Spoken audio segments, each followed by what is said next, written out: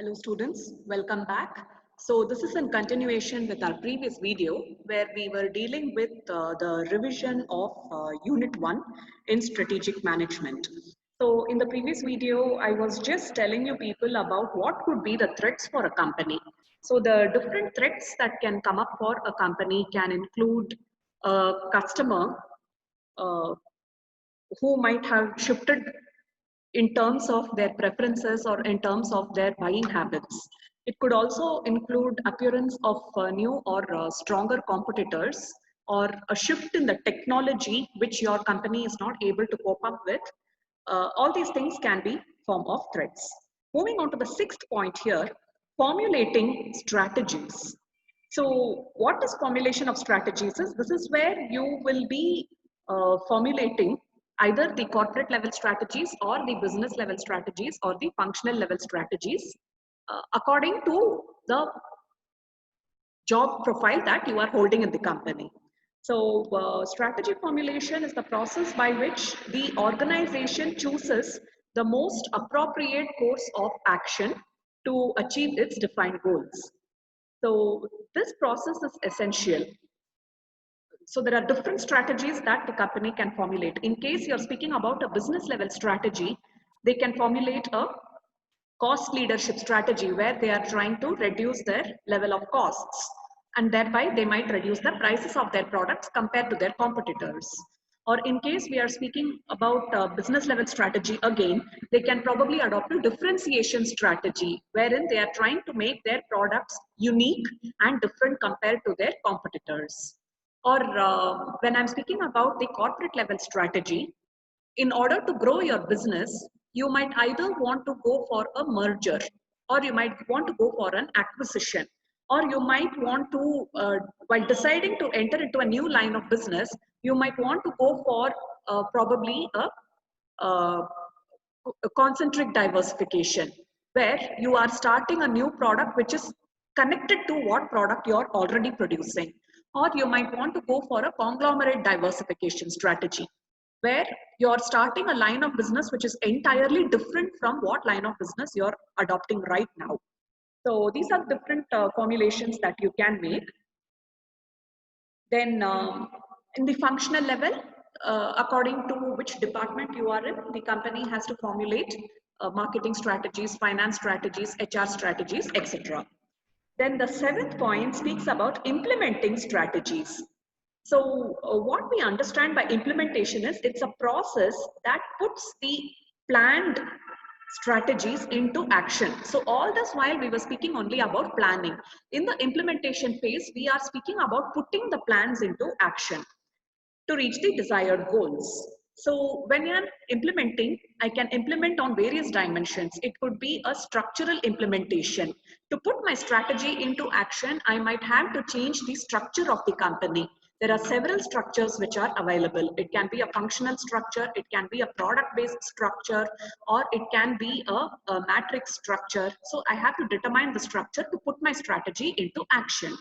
Then there are other behavioral issues which I have to implement. So this can be enforcing the right kind of leadership in the company, or it can even be incorporating a good culture within the company. Only if there's a good culture, I will be able to put my strategy into action in a good manner. Then operational aspects of implementation, which speaks about resource acquisition, arranging for cash, arranging for finances, arranging for the requisite manpower and people. All these things are again a part of strategy implementation. So for implementation to be effective, the top management should act as good leaders and should provide proper motivation to the workforce. Then finally, you have the eighth point, which speaks about evaluating the results. So strategy evaluation and control is the process of determining how effective your strategy has been planned and how effective has your strategy been put into action.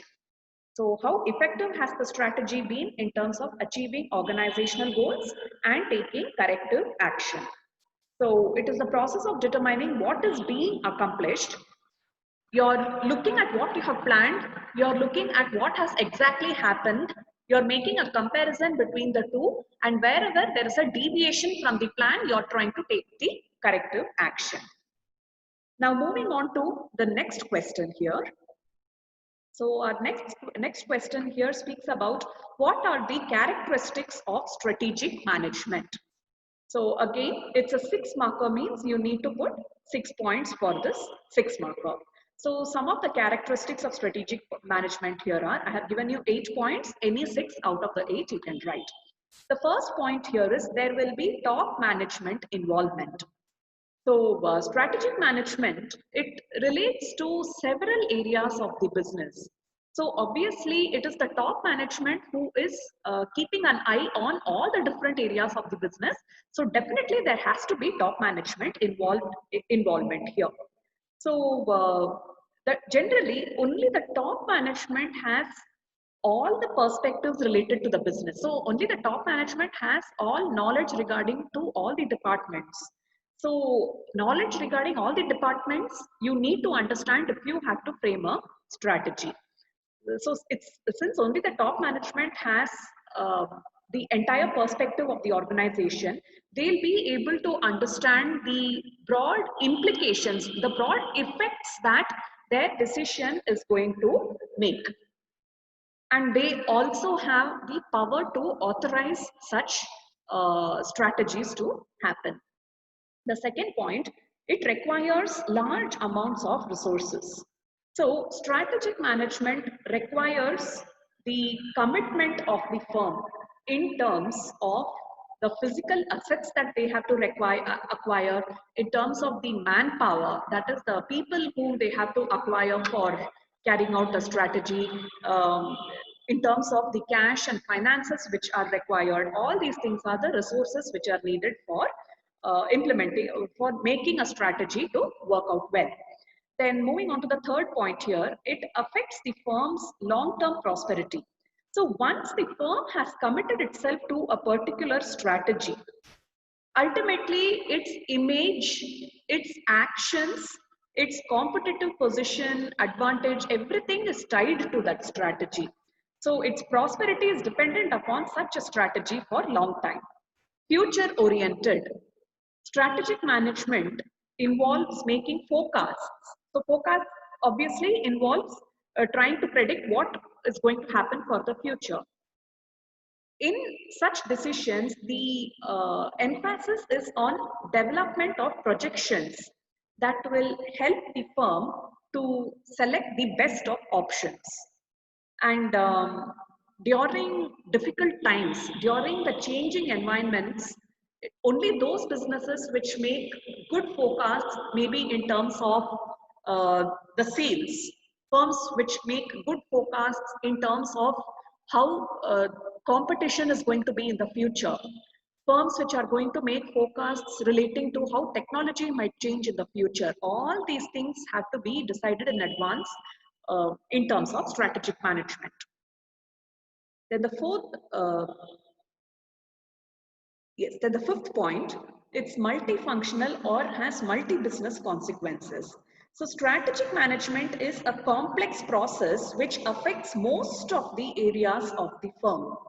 So they impact various strategic business units. So in one of the slides, I have told you what are strategic business units. It's basically the different businesses and the different products or services which a business is providing for. If a company is having several products, they will normally divide those products into several strategic business units, where each strategic business unit is concerning itself with the production or providing service of that particular product or service, and they are taking responsibility for that product or service to work out well in the market.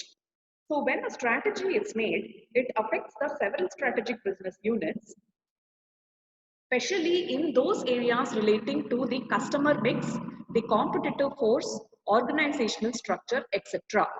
All these areas will be affected by allocation or reallocation of responsibilities.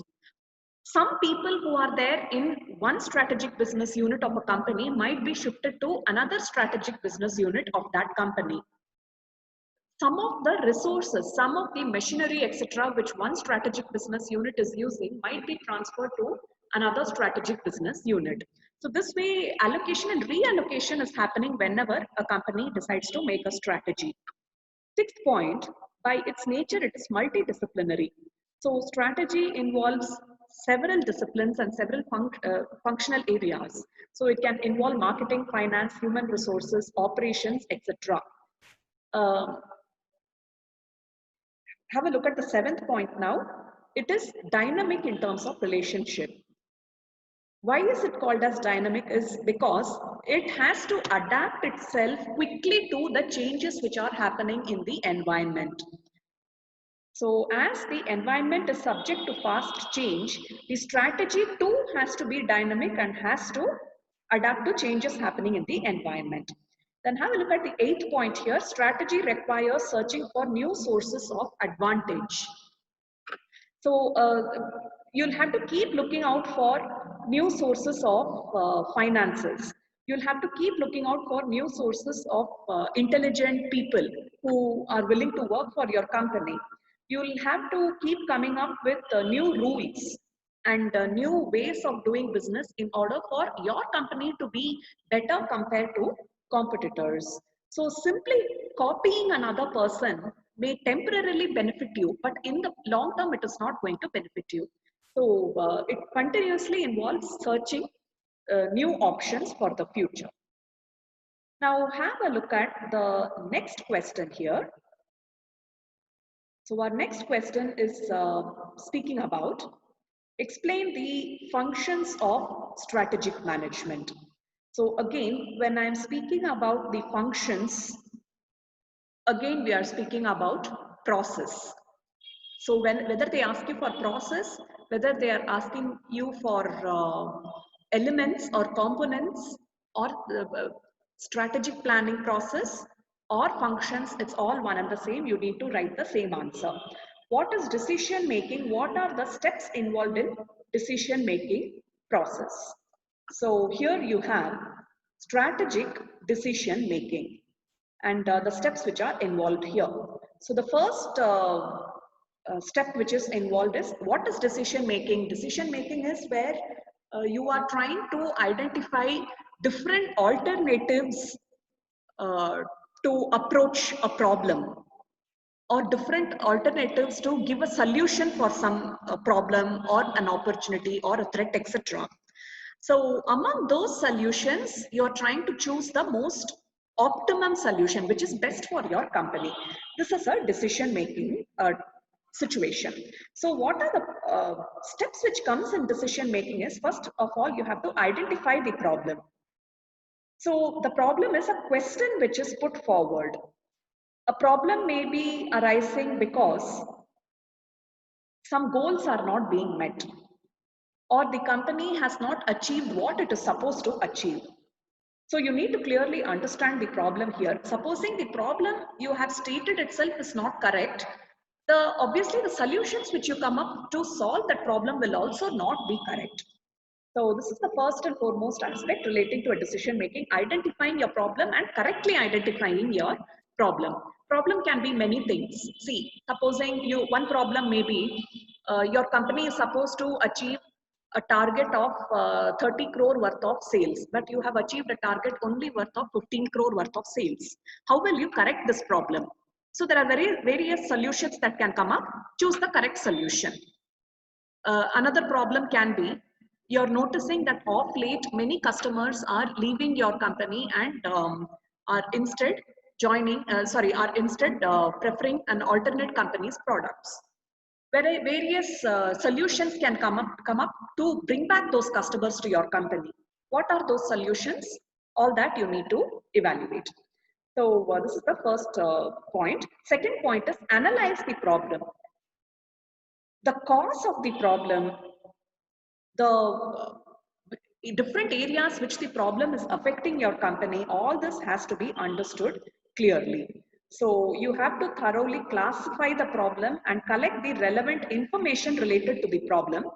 The past events that contributed to the problem has to be checked, and you have to assess the present situation and try to come up with solutions. The third point here, gather relevant information. Once the company has identified its solution to fix the problem, come up with several information to fix the problem.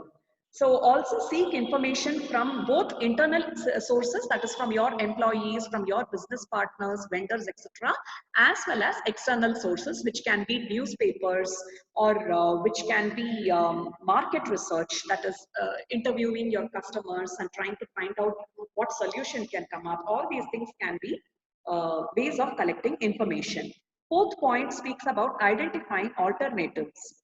So once you come up with different alternatives, you will have to try to choose the best alternative among all these things. See, for example, if your company is trying to gain more engagement on social media, there can be several alternatives for this. Paid social media advertisements is one, social networking sites is one more, then video hosting sites like YouTube is one more, community blogs are another one. Based on these different alternatives, choose which is going to be the best for your company. Fifth point, weigh the evidence. Once we have identified multiple alternatives, we must weigh the evidence for each alternative. So we must see what other companies have done in the past in relation to solving that problem. What kind of solutions have other companies come up with in order to fix the problem? You might have come up with a solution. Check whether in the past other companies have also adopted a similar solution and have fixed the problem successfully. So this is your fifth point. Then have a look at your sixth point here. This involves choosing among the alternatives. The seventh point, implementation of decision. Once you have chosen the required alternative, you will have to identify and allocate the resources that are required to solve the problem within a certain time frame. And proper communication is also important at this phase. Then follow up. Once the implementation is done, check whether everything is going on properly. Are people doing their work properly? Whenever there is a deviation, we will have to make arrangements for correcting that deviation. Now next, have a look at the next question here. What are the limitations of strategic management? So if you see here, the limitations. First of all, it is a complex process. So strategic management involves continuously assessing the short-term and long-term objectives, continuously checking whether the structure is, organizational structure is put in a proper way for everything to go on well. Check whether the control is happening properly. So for example, during an economic downturn, a company may need to reduce its workforce. The external factor, which is poor economy or changes in the internal environment, which is the number of people who are employed over here. Then the company has to check objectives and make necessary adjustments. So like this, they have to keep reviewing what is happening within the company. Second point, it's a time-consuming process. So managers spend a great deal of time in preparing, researching, and communicating the strategic management process.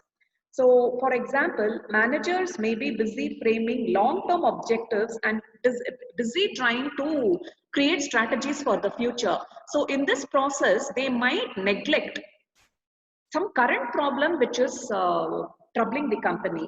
So they may tend to oversee small current problems here, which might escalate to become severe in the future. Third point, it is difficult to implement. Implementation process clearly requires proper communication. So it requires full attention, participation of all the employees of the company. It's not a matter of just one person involving them. It is involving all the employees in the company, and all of them should equally contribute in implementing the strategy. Requires skillful planning. Although strategic plans help reduce uncertainty, an organization needs to anticipate the future. Always it has to keep doing so. So for example, managers should monitor as well as develop contingency plans. So contingency plans is nothing but a plan B. If plan A is not working out, you adopt plan B. So contingency plans are alternate plans made in case the first plan fails. So this is done to address possible future changes in the external environment, such as market conditions, competitive forces, etc. Unrealistic goals. So while strategic objectives may stretch the organization, they still must be quite realistic.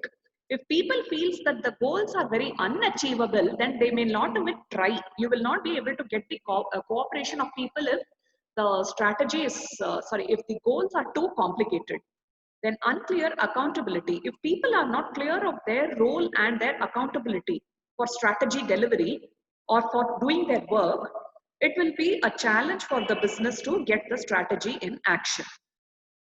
Inadequate monitoring.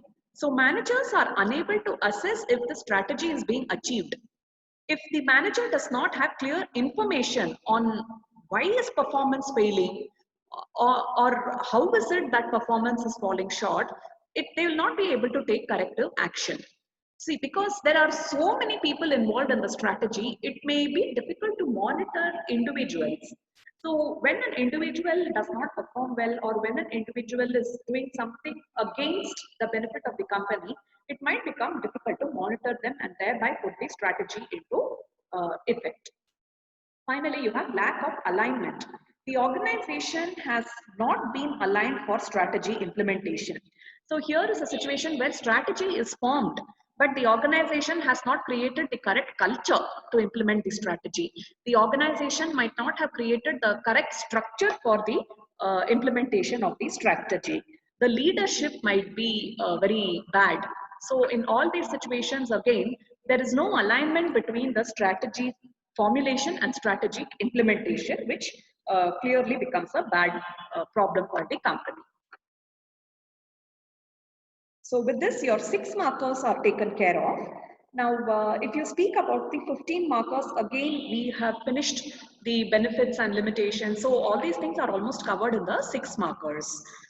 So if you're speaking about the 15 markers, you'll have to write it little more elaborately and make sure that you're writing anywhere between 10 to 15 points, and also ensure that you're filling at least somewhere about 6 to 7 pages. So in the next video, I shall be giving you a revision on your second chapter. Thank you.